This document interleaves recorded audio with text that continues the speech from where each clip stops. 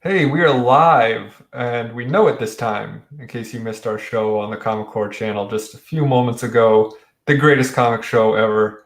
Uh, we did a little gag. We pretended we didn't know we were live. I think it played really well. I had people legitimately texting me. Dude, you're live. This is New Comic Book Day Book Club. We are live. That's John. I did it right. I didn't even have to do a trick.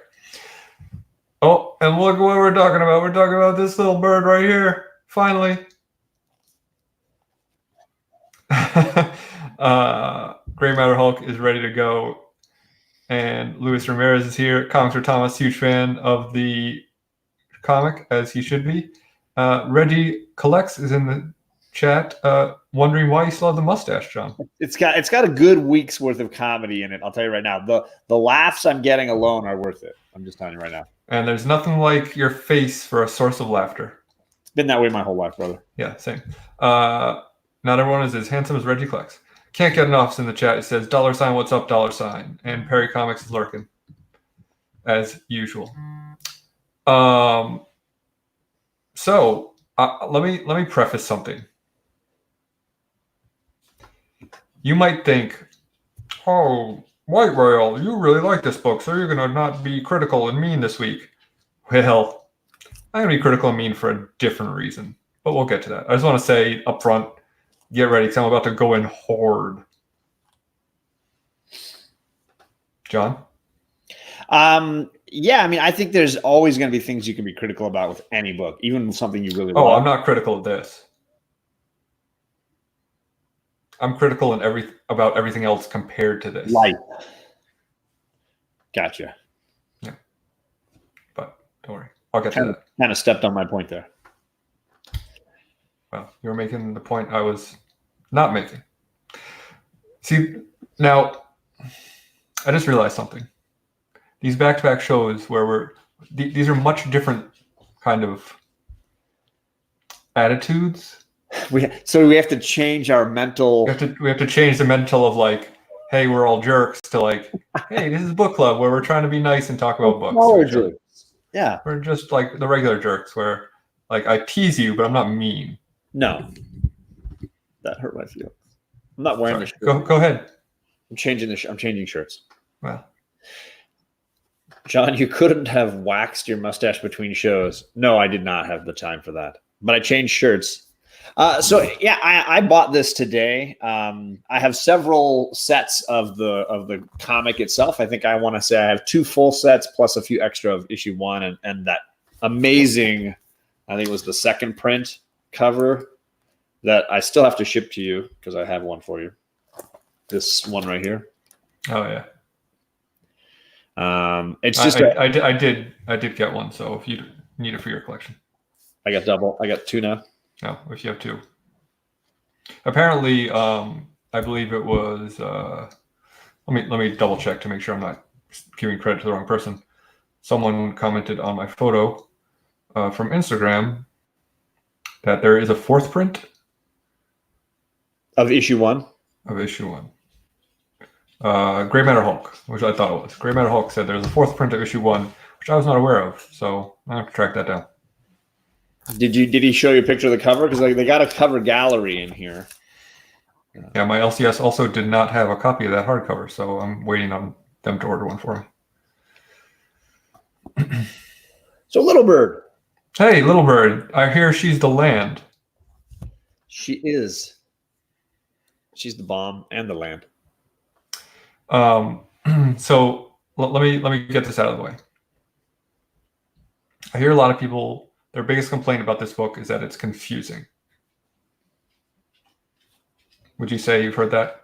Definitely. I think that's the main complaint that I've heard is that it's very complicated and there's a lot thrown at you, especially in that first 2 issues. I would say it's even when I thought I had for issue 1 down, and then I read issue 2, it's like they throw a whole bunch of new curveballs at you, and you're jumping back and forth in time, and all these other things. Yeah, I would. So I'm going to argue that this book is not confusing at all. I'm going to say that we have been stupefied by over exposition and terrible storytelling that hands us everything, that makes us, myself included. I'm not saying that I'm like above this, because like I didn't get everything the first read through either, but like we are now conditioned to not understand things that aren't handed to us. Is that a variation on the hipster saying, well, you can't appreciate this because you're not thinking deeply enough. You haven't been prepared. You're not prepared for this. No, I'm not saying it's I'm saying it's the publishers and the writers' fault, not the individuals. Yeah, I mean, obviously we are in an era of comics, and I think we joke about it a lot when we have the old comic book day book club, because we see more often than not, older books have a lot more writing, a lot more story in a single issue, and that more modern comics usually have very little writing, very little left to the imagination, and everything just sort of thrown at you in a big hurry. Yeah. And fewer pages as well. Yeah. So, I mean, I think that when something comes out like this that doesn't tell you everything, it kind of throws you off, which is why I liked it, but I can see why people don't, because it's unusual in the landscape of comics these days, is I guess my point. Shout out to Gray Matter Hulk, because he's been somebody that I've talked to about Little Bird on Instagram. He's been commenting a lot on our channels, talking about when can we get that Little Bird. I want to talk about Little Bird. I want to hear you guys talk up Little Bird. And I know he's a big fan. And I totally agree with that comment, that it is a cerebral book that you can't read passively. And I think Perry Comics says, to understand Little Bird, you must possess a 200 IQ. I'm arguing that you don't. I'm arguing that I think, yeah, I disagree with that. Yeah. I'm arguing that we have become conditioned to not be able to, or not want to be able to understand it, or to not like the way we read comics is the antithesis of what books like this are. It's here's everything on a silver platter, no questions, right? And I talk to my students sometimes about passive. Oh damn! Sick burn by Old Wolf. Perry, but that doesn't explain why John understands it. Burn. I would argue too that what I say with my students sometimes is that we are in an era of passive reading, not active reading, and that to be an active reader, you need to be engaged more than just beyond like speed reading and skimming things. You need to be able to take time to digest things, even if it's panel by panel, and sometimes being aware of what an artist or a writer is trying to do in that time frame. And so I have students that will read Diary of a Wimpy Kid and blast through it, but you give them something more complicated and they can't absorb it as easily because they're used to passive reading. Yes. And like I'm as guilty as anybody, where like some books I will definitely skim through. Absolutely. And then again, Alec, you're saying we've been trained to be passive readers. Right. Because I can read most comics like that and still understand them. But, I read Little Bird once, issue 1, and I said, okay, I need to now pay attention to this a little more. And once you do that, I think it's perfect. Like, to me, it's perfectly clear and it's all on the page. It's just, you have to actually pay attention to the words and the story and the artwork can incongruous with the text bubbles. You can't just like read. It's like a lot of times I'll just read text bubbles and hardly look at the art. I think that you're right in a lot of ways there. I would argue though that it still is very complicated, and I don't think it's a simple read. I think it demands a lot and it takes a lot to get it. And I think every issue every time I've read one of the issues again, I've gotten more out of it and understood it better. I wouldn't say it's a simple read. I'm not, don't misunderstand me there, but I don't think it's like the sort of thing like I've read stories or watched movies or stuff where you finish it and you say, okay, well, they clearly had something in mind that they didn't put in this movie, and I just don't get it. It makes you feel like a dummy, which, I can understand why some people would feel that way about this book, like what I'm talking about. But my argument is that this really does have everything that you need to know on the page. It's just a matter of paying attention and really being an active reader. Well, and yeah, there's no fat on the bone here, right? There's no wasted space or wasted. Yeah, everything is very intentional. It is totally intentional, and the decisions in art are intentional. It's not rushed. This is thought out to the end of the line. Perry says, should I read the trade? I only read the first issue. Can't remember. I don't even know if there is a trade. It might just be the hardcover. It's just hardcover. That's the first collected release of it. But it's only $30. It's $30. It's an amazing edition, and the quality is amazing, and the additional materials in the back are impressive.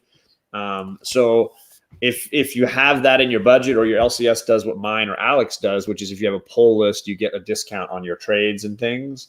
I think it's very much worth it. I know that Rod had an unusual complaint. His was that the art style disturbed him a lot. He just didn't. Sure, it's disturbing.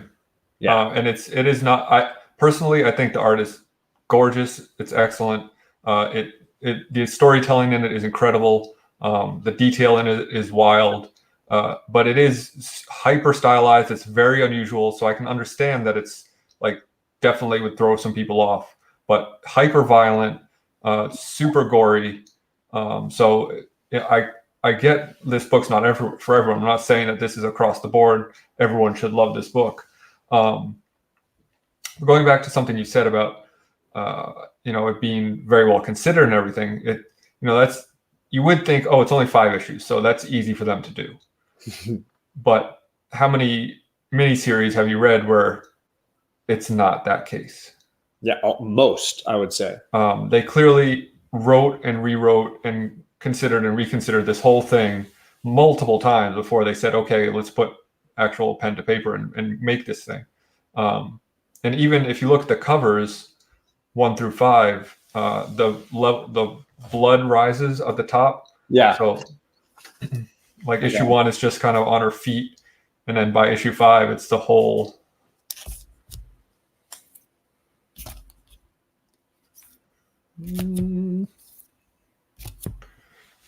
Which look really cool next to each other. Yeah. Whoops, there goes some comics. So for those that don't know, this is a dystopian future kind of story involving a religious ruler controlling North America and a small band of revolutionaries trying to rise up. Huge shout out to Rod Costa Rica, gave us a $2 super chat. That money is going to go to charity, a reading charity. When we finally get a check cut to Alec here, it'll be rolling off. Once I hit $100, I will get a check for less than that. Yeah. Yeah. So speaking of the religious aspect of this, I found like they very easily could have made up a religion or done some sort of. And I mean, certainly it is a bastardized version of Christianity, but I found it very interesting that like it's straight up like this is about Jesus, and I don't think it's necessarily about Jesus or Christianity or any sort of Christian offshoots. I think it's more about how people can take things and turn them bad. I was just going to use the word twist. Yeah, how anything positive for one person can be twisted for somebody else's purposes, for sure. Can't get enough is asking, is that how super chats work? No, it's only how super chats work for book club, which is the show Alec and I do at 8:00 Pacific on our channels on Wednesdays.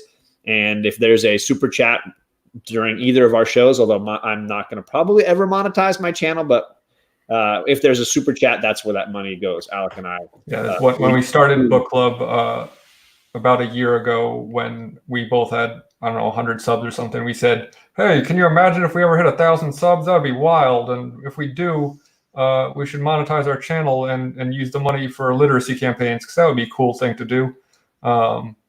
So yeah, I did that, and but you don't get your first check from YouTube until you hit $100 of income. So it's not just super chats; that's any sort of ad revenue I might get as well.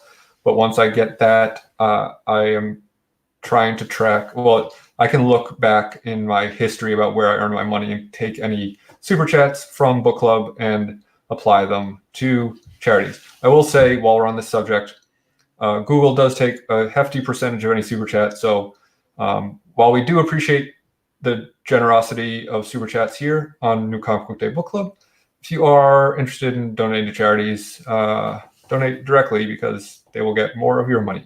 Absolutely. And it's actually been almost exactly 13 months that we've been doing this. Oh, have I known you that long? Yeah. It feels like an eternity. Both my show with the girls and the one we're doing on Wednesdays here have both basically been going for about 13 months now. I was checking back through the other day. That's crazy. Yeah.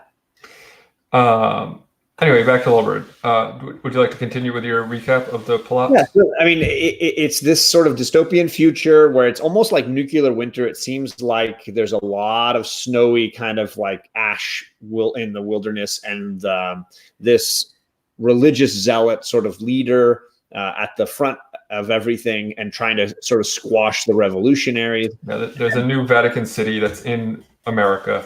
The revolutionaries are mainly in Canada, or so it seems, because America seems, from what we see of America, very much behind this new Vatican, but they also look very sickly and brainwashed. And it reminds me a lot of Fury Road, Mad Max, yeah. where the guy is just like standing above the crowd. It's just, they're all just desperate for water, and he's there just like taking baths and stuff. And for me, I flash to a lot of Hayao Miyazaki. It reminds me of Japanese animation, and a very dark adult version. Yeah, oh, absolutely. Very stylized. But at the same time, there's lots of Hayao Miyazaki that I find very creepy. And, oh, sure. Absolutely. You know, the spirits in Spirited Away and the whole bathhouse thing, it can be taken quite creepy. And I think that there's certainly elements of that going on here. And at the center of it, of course, we have Little Bird, and she is very pivotal in the revolution and this rival government, and we sort of follow her journey in the revolution. Yeah, so it starts, to get a little more nitty gritty, it starts with her village and her mother, who kind of puts her in this underground bunker and says, "Hey, we're about to be attacked. You need to stay down here." When Little Bird finally comes out of the bunker 3 days later, the entire village is just burnt to a crisp, and her mother had been taken. Her mother told her, "Hey, you have to go find the axe," which at this point, you don't know what the axe is. Little Bird sneaks into a facility, murders a bunch of people, and which is some of my favorite stuff in the whole run. Crazy. And then frees the axe, who is a giant hulking man who axes a bunch of people to death. And he has this killer Canadian t-shirt, flag on his shirt. Really cool. Yeah. And then the first issue ends with Little Bird getting shot through the neck. And the second issue is kind of like this weird death dream sequence with Little Bird talking to her mother, and her mother telling the story about her, she is the daughter of the axe, who was taken by this religious guy when she was a baby and raised by him, but tortured and killed multiple times because they realized that she has the power to resurrect. Which is why they go after her a second time to try to pull this resurrection gene to save the religious guy's other son, who is very sickly and not great.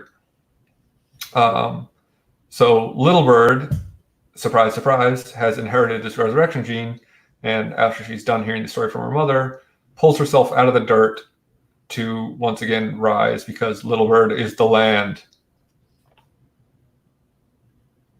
Bum, bum, bum. Bum, bum, bum. Go ahead. What I dig about it is the way the visuals constantly seem to reinvent themselves. So when you're in the city, you get one sort of view. When you're in the wilderness, you get one sort of view. And it all, when you're in, where's the facility, when she's breaking out the axe, there's a lot of comedy in here, and it gets lost a little bit. But like when this looks so stark, right? The facility is a lot of bright colors and very simple lines, and not a lot of detail, very flat pieces. And then you get out. Sorry, you want me to do that again? Sorry. Very flat, simple, not a lot of detail going on there. Everything is just super simplistic. And again, very funny. And then you get into, let's see, when you're in the wilderness, look how much detail in every little piece of the snow down there. I mean, the detail work is on another level when you're out in the nature. I really appreciated the way that the settings are given real personalities. So, like, again, she is in this cave in the wilderness. Just the detail work is crazy. Unbelievable. Gray Matter Holic says she is the people, she is freedom, free will. Yeah. I mean, there's a lot of stuff like that in this book, where she definitely represents a lot of stuff metaphorically, for sure. I also really like how there's like a lot of this weird like human technology hybrid stuff, where it's like intestines that are like feeding in this bath, and even when that like weird chubby cardinal guy transports to come see him, he gets like some sort of weird stuff like attaches to him and scans him to literally like transport him. It's wild. And then the little homunculuses that follow him around, when you find out, like, they open up their garb and they're just like guts and knives. It's like, that's the most badass thing I've ever seen in my life.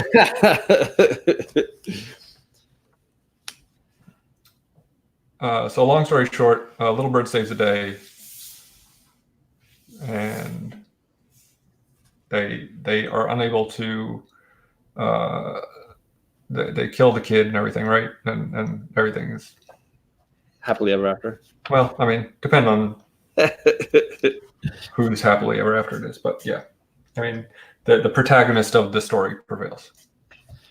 Well, and I noticed too when I was going through and looking at it, they're calling this part 1.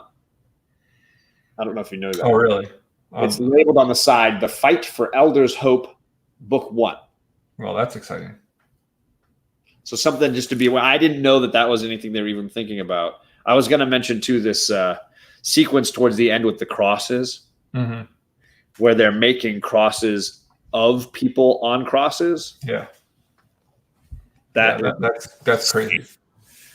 And again, look at the detail work here when we're outside in nature, but when you're inside, it's this sort of sterile, futuristic environment where everything can be very flat and in this sort of new government.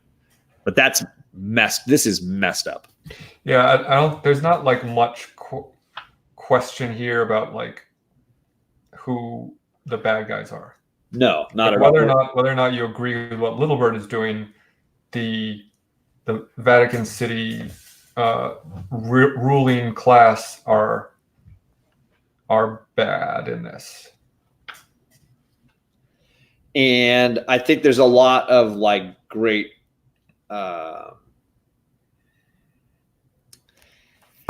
I like the twists. I think there's a lot of moments where you think the story's going to go one way, but it goes somewhere totally different. I never felt like I could second guess the story.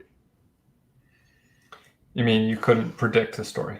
Not in any way. I couldn't be like, I think I know where it's going to go, or after having read a book and be like, okay, now I think I know where it's going to go. It never worked out the way I wanted it to. And I love it when I think I remember a writing teacher talking about having things be unpredictable and yet also completely go the way you can't imagine it going any other way. By when you've done with it. Yeah, when you've done something right, that the reader should feel like, wow, I didn't see that coming, and yet I also couldn't imagine it happening any other way. Right. Now that I've read it, that is clearly what this story is. And I think that's a pretty high watermark to hit. Yeah. It's not an easy thing for a book. You know, like we were saying before, this is they didn't do this haphazardly, which I will just straight out say I feel like a lot of writers and artists do. They just slap something together and say, well, that's good enough. Someone will buy it.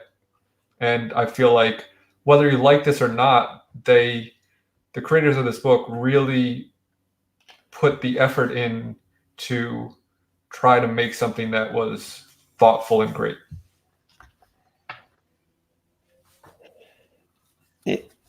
And I struggled every time I read it to compare it to something.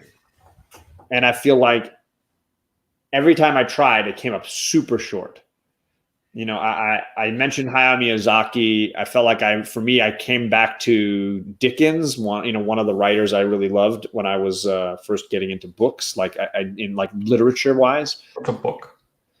Yeah, I mean, you're talking about like there's definitely a Tale of Two Cities kind of thing going on here, and having characters, you know, this sort of almost like these twins and what they represent, one growing up in one place and one growing up in another, and the way they experience the world, and then when they finally come together, how they're being manipulated by these higher powers.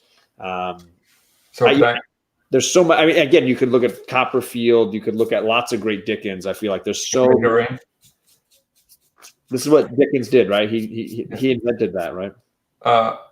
Funny story about Dickens for me. Now, to be fair, I've not read any Dickens since high school. Really did not enjoy it, but really enjoyed the Cliff's Notes.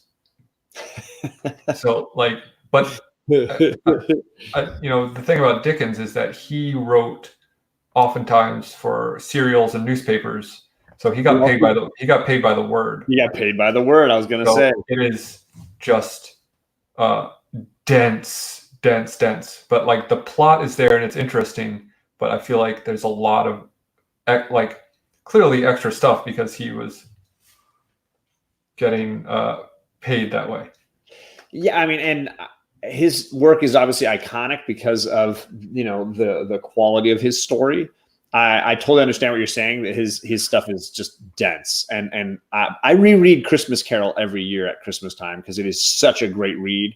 And obviously the story of Scrooge has been retold 1 trillion times because it's so iconic. And it's amazing how many like quotes we have that we use like in everyday life that come from things he said, whether like that beware the chains you forge in life. Like I think about that one a lot. Like, you know, the mistakes you make in this life can bleed on after you. The Marleys were Ted to begin with. So for me, this had the elements of great literature and great cinema. And it was hard for me to label it as like, oh, you know what? It's kind of like this.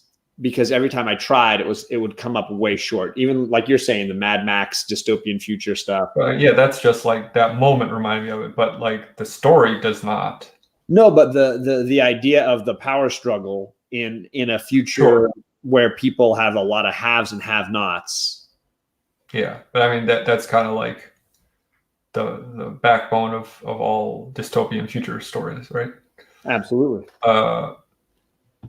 Quick aside, what's your favorite Christmas Carol adaptation? That's tough. I will say the Muppet Christmas Carol, I've probably watched it more than any other. Michael Caine is pretty phenomenal. Excellent Scrooge. He is phenomenal, and Kermit does a great part in that, and yeah. So, and I probably watched that one more than any other because of my girls, but that's pretty spot on. Bill Murray Scrooge is also a number 2 for me, but yeah, Muppets Christmas Carol nails it every time. Nice. Hey, look at that. We picked. We agreed on something. What? I want to talk a little bit about the 2 kids, right? In the Christmas Carol. No, not Bob Cratchit's kiddos.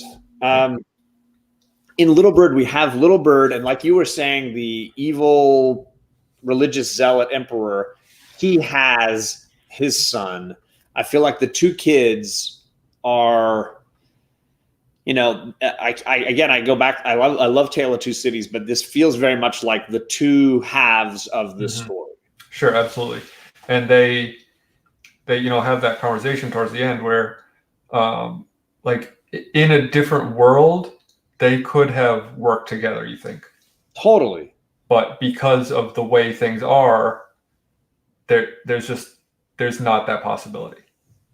And they have to try to kill each other. And there's like you see the missed opportunities between the 2 of them. You see the like connections between the 2 of them, and you see. Because there's so many times I thought, oh yeah, they're going to team up and they're going to solve this together, and it was beautiful that it didn't ever go where I thought it was going to go. As far as that, the 2 of them together, Rizzo the rat, I love it. Everyone's now just quoting Muppets Christmas Carol. Hey, I respect our chat that they can quote Muppet movies, talk comics, and be hilarious all at the same time. Yeah, it's funny after all this time of yelling about Little Bird. It's just like I don't really know what else to say other than like it's just so damn good. I mean, obviously, that's what we're here to do on the show, and I think Alec and I are in the same place as far as like artwork. Yeah, writing. Yeah, it's working on every level, but I'm what I kept coming back to this week while we were thinking about it was I can't adequately describe it beyond a very simple. The synopsis I gave at the beginning is super simple, and I've struggled to describe the story of Little Bird beyond that ever, because I feel like it has so many things going on in it all at once. Yeah. Kramer and Hulk with another choice line. How does one celebrate Christmas? On the unemployment line. You were here. Oh. I think this is going to turn into a Muppets Christmas Carol quote-a-thon instead of a Little Bird stream, which I'm okay with. Well, it could be better than a lot of the shows we make. Yeah. I mean, fair. Probably including this one. We did gain 1 viewer since we started doing this, so. Can I ask, have you read anything from Darcy Van Polgest or Ian Bertram before? The writer, not that I'm aware of, but let me do the old. Because I can say that I've never, and Ian Bertram is the artist, if I'm saying it right, Bertram, and the only other piece of art I've seen by him is the variant cover he did for There's Something Killing Those. And it is the only time I've seen his artwork anywhere. Gray Matter Hulk says House of Penance. I've never heard of it. Is it by one or both of these gentlemen? Or sorry, woman and gentleman. Well, Darcy, I guess, could be a man. Darcy apparently is a man, yeah. All right, there you go. In my face. Apparently he is a movie writer. Because for me, it seems perfect for the comic book medium, but I've never seen or heard of these 2 people before. And I feel like if I saw Ian Bertram's art ever again, it's always going to remind me of Little Bird, even that variant, which is gorgeous for Something's Killing the Children.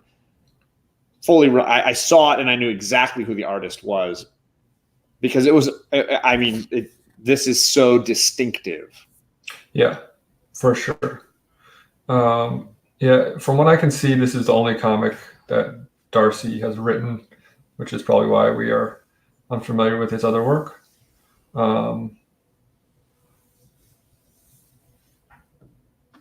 All right. Riveting. Yeah, sorry, I'm trying to look up Ian Bertram, American comic. So for me, on the complexity side, what people I think have been talking a lot about is obviously there's a lot of word on the page, there's a lot of story here, but what I think also happens is you have two different things going on besides just jumping in time, and the story does jump in time considerably because you have the backstory of who Little Bird is and where she comes from and her family. You also jump to like dreams, almost dream sequences where things are going on in people's imaginations and in their minds. And I think that, like Alec is saying, it's all there on the page, but for me, it takes several read throughs to really get, okay, which is this? Is this one a dream?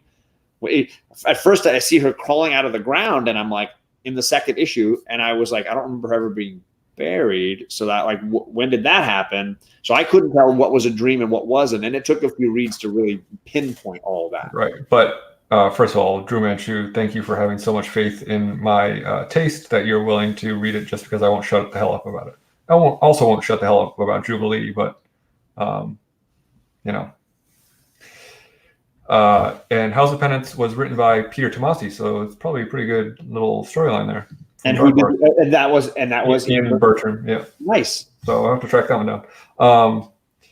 So upon rereading it, like it's the thing about her being buried is pretty clear. Like again, it's that issue of not being spoon-fed everything, where she dies at the end of issue 1, at the end of issue 2, you see her crawling out of the ground. It's like, okay, the axe buried her, I got it.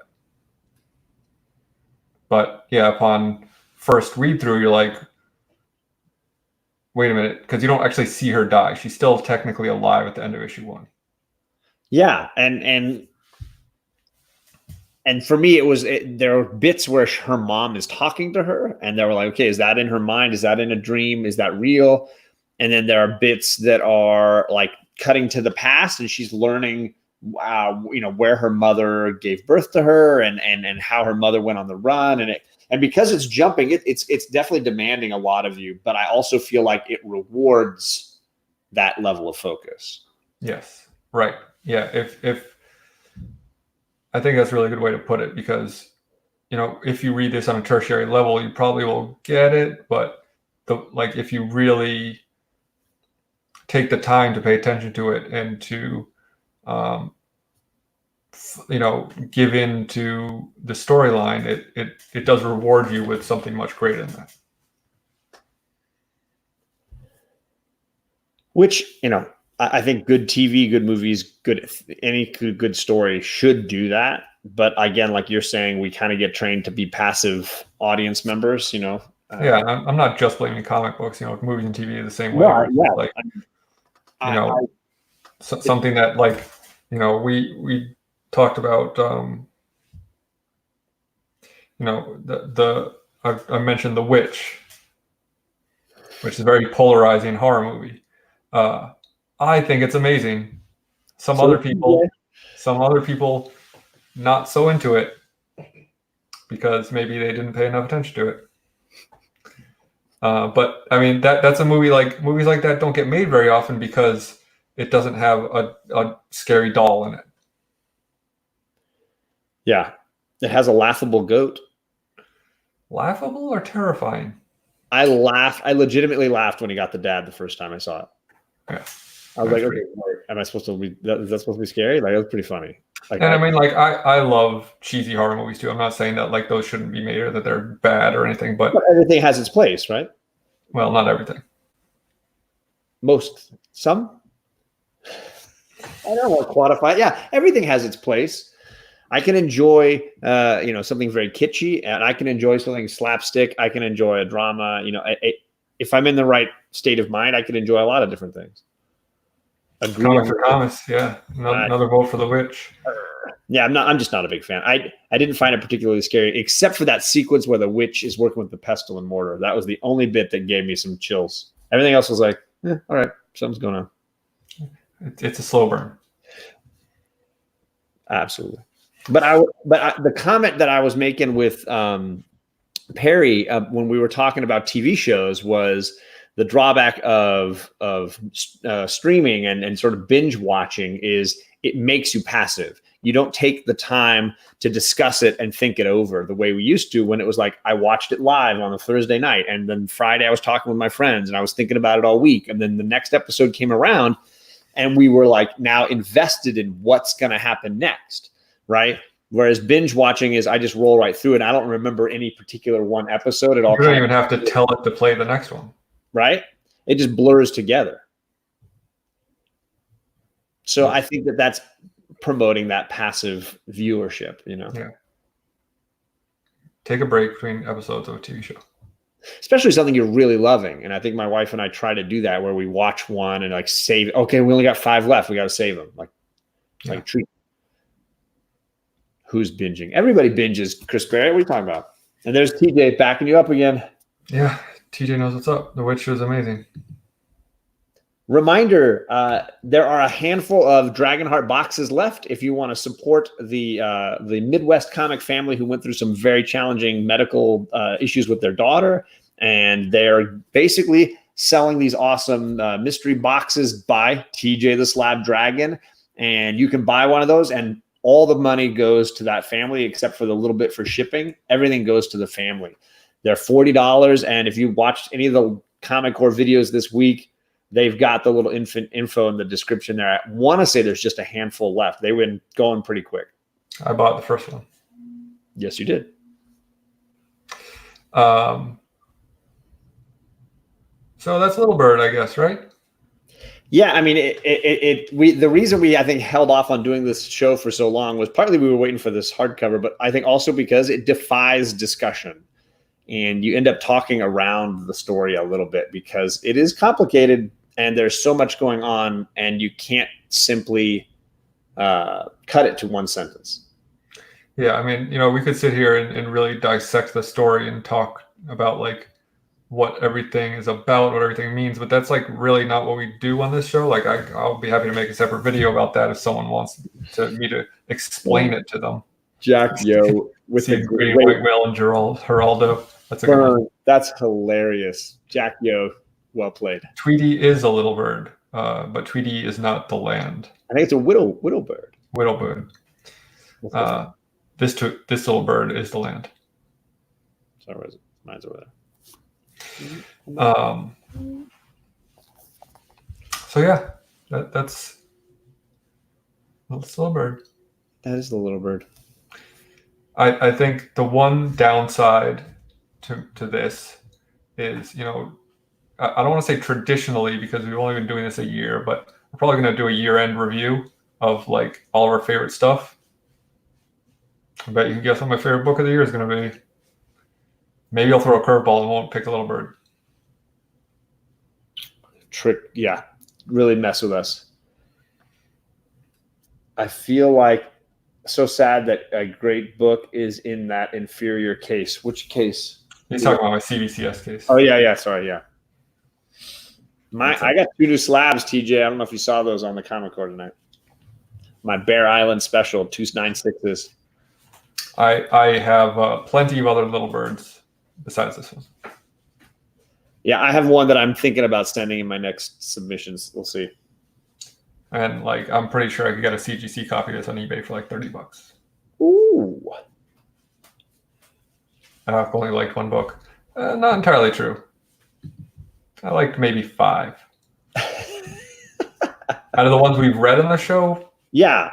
There's plenty that we're liking that we're not reviewing on here because we try to do number ones. We don't try to do like, oh, I'm still reading. We end up doing a bunch of number 2s. Right? Like this week. So actually, did you miss that joke?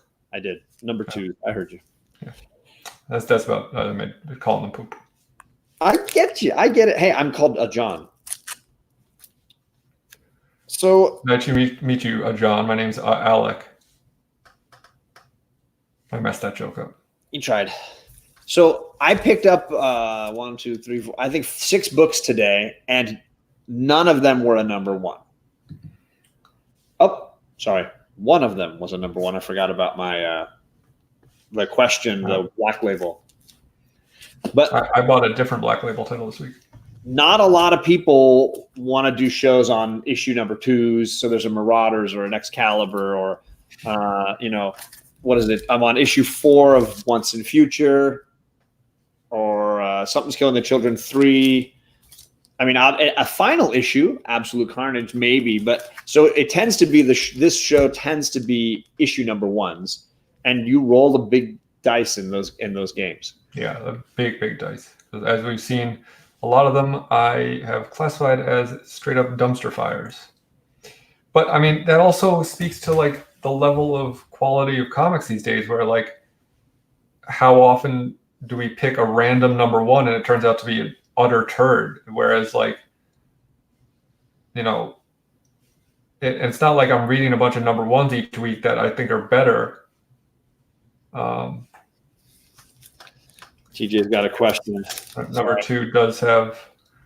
Number 2 is, yeah, and that's how they get you to buy a number 2 these days. Heart Jiu-Jitsu. Lower print runs for number 2. Same with second prints. They do a number 1 to get you interested in the story, but then the number 2 is where they have the hot new villain or whatever, the first full appearance. What have I think only one of the question covers was by Bill Sienkiewicz. The variant cover, it says, is by Jeff Lemire and Marcelo Maiolo. So I got the regular cover. I did not like the other cover because it looked like the question was Santa Claus, like he's sitting on a chimney with some snow on the ground. I was like, worst Santa ever. Yeah, I figured I'd trade weight for that one. I mean, this one is it's expensive. This is a $7 comic, and then I have to find a magazine bag and board. And I bought a few extras of these when the Black Label got announced, just to have a few, and I think I still have a couple left. If you want to see my review for this, you're going to have to tune into Perry Comics when he drops his reviews of the week. I sent him a little video where I reviewed that book. Speaking of the Black Label, did we decide on that? Yes, I think we've picked our book for next week. We're still looking for a guest because I asked a couple people that were like DC fans, and they were like, I'm not sure I'm going to read that book. I have somebody I'm thinking of asking, and I haven't checked my Instagram recently to see if they replied, and they have not. But we're giving Black Label yet another chance and reading another Black Label number 1 with the new John Constantine. Hellblazer. Hellblazer number 1. Was once a great series. Can it be brought back to greatness? Find out next week on Book Club. Is that how you do it, right? That was very thrilling. Yeah, thank you. So I'm excited. I'm going to start clickbaiting all of our titles. I've been trying to put money into the DC Black Labels that are not just Batman, Harley, Joker, Batman, Harley, Joker. So for me, the question was like a chance to get a little further beyond that. Was it Last God, which I enjoyed a couple weeks back, and a second issue drops next week. I've enjoyed that. 7 still seems cheap when I go for a 10.0. Ha ha. Which are not out of the question with those Black Label. Grey Matter Hulk says, get Comic Tom 101. He has been on our show before, but not in a while. So it has been a little while. I mean, I know he does love that comic, or that character. So well, I haven't seen him on any of the shows tonight, but I know that my buddy Mindshift, who I do want to do a show with, has been reading up on older Constantine stories. So I was curious if he'd want to be in on it. So I haven't heard back from him yet. Well, so yeah, we have to stick with the invite that is out in the ether at the moment, and then that's him. Yeah, right. I was gonna say we can't just be like, oh, we got Comic Tom, you're gonna be booted. No, yeah, I'm not gonna invite anybody else till I hear from him and see if he's picking it up. The Lemire Joker book was great, says Misexplained. I've heard mixed reviews on that one. But then there's also the Joker Harley book. There's the Harleen book. There's the 2 or 3 Batman books. It's like, it's just too much. I stopped getting any of them. When am I getting Wonder Woman? Chris Barrett. Can always count on him. There's always enough fan fiction out there. There is a Black Label Wonder Woman book coming out. I don't know if it qualifies for the other part, though. Yeah, Family Tree, also another Lemire book that just came out, which I picked up. Came out last week. I'm not ready yet. Keep mentioning it until it happens, but I want my Booster Gold Blue Beetle Black Label book. Oh, okay. That's the one I want a Black Label book with those 2 guys, like a road trip comedy with the 2 guys. I don't even need a Black Label for that. I want a good book from them. I want it to be black. I want it to be. I want it to be The Hangover. Well, I mean, I don't want to be that cheesy, but like, yeah, I think it could be a really kind of funny R-rated comedy with those two guys. Yeah, fair enough. It doesn't need to be typical. It doesn't need to be dark and moody. Just needs to be funny. Just needs to be crude and funny. Right? Why not? Chris Barrett and TJ agreeing on something. 3 Jokers coming out in 2020. Jeez Louise. I hope that's the name of one comic book and not 3 different comic books. Either way is bad news. Hey, why don't we wrap this up? It's almost midnight. And tune in next week. It's going to be on John's channel for the old book club episode 48, where we're going to read that book with a guest. And tune in on Comic Core every night of the week, but especially Wednesday nights when we do the greatest comic book show of all time. It's been a real blast. And it was a great one tonight. You should check it out if you missed it. But I think all the people in our chat were there for sure. At least a significant portion of them. Speaking of chat, thanks for hanging out and putting up with us mumbling about this dense book. Appreciate all of you, and we'll catch you next week. Bye.